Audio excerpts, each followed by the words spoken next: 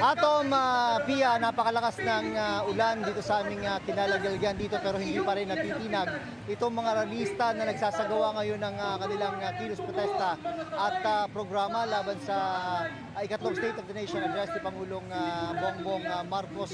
Saktong-sakto, Atom at Pia, pagdating nila rito sa tapat nitong Diliman Doctors Hospital ay bumuhos ang napakalakas na ulan. Sinulubong sila ng mga pulis pero nagkaloon ng negosasyon at nag-disengage ang dalawang puwersa. Lumayo bahagya ang mga pulis, lumayo din bahagya itong mga ralista. Ang gagawin nila rito, Atom at Pia, ay sasabayan nila babayang pagdating ng alas 4 yung sona ni Pangulong Marcos.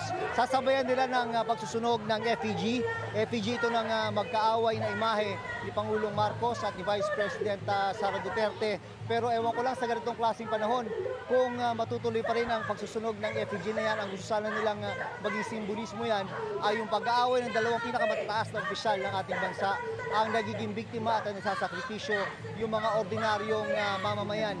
Nasa mahigit 20 pulis at mga force multiplier ang nakadeploy para sa ikatlong sona ni Pangulong Bongbong Marcos.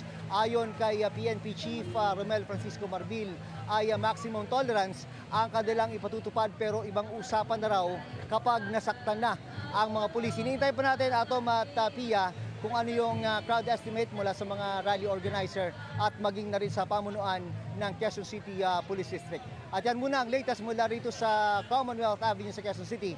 Balik sa inyo. Maraming salamat, June Veneracion.